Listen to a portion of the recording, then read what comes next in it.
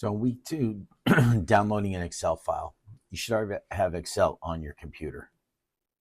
That's the first part. Then once you open up Excel, you need to get the correct info. So you want to download the data dictionary here, okay, which is a vital portion of it. And everybody says, well, it's a lot of extra work if you have to build the whole thing.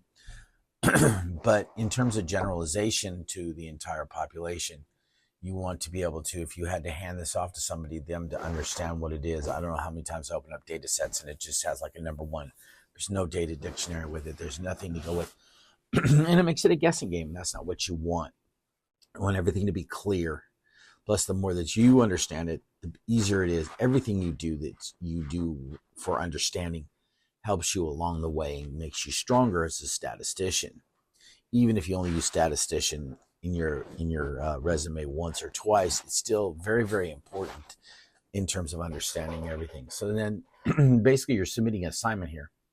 Hospice demographics. I've already done it. So it's going to take you to this right here. You're going to slide down. There's your code book. There is the one that you want. You click here and you go download. So I've already downloaded onto Excel. What it is I made it bigger so it can be seen. Basically, this is everything, 18, 19, 20, whatever. And what I have is I have a filter on. So let me take this off real quick. So basically, here they all are.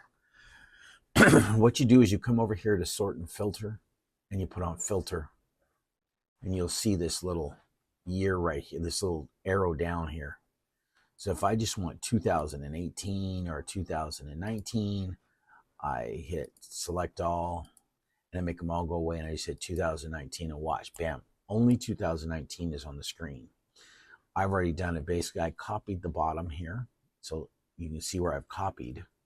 My first one says, I guess this is Asian. And I don't know what AI and AN is because I haven't looked at it.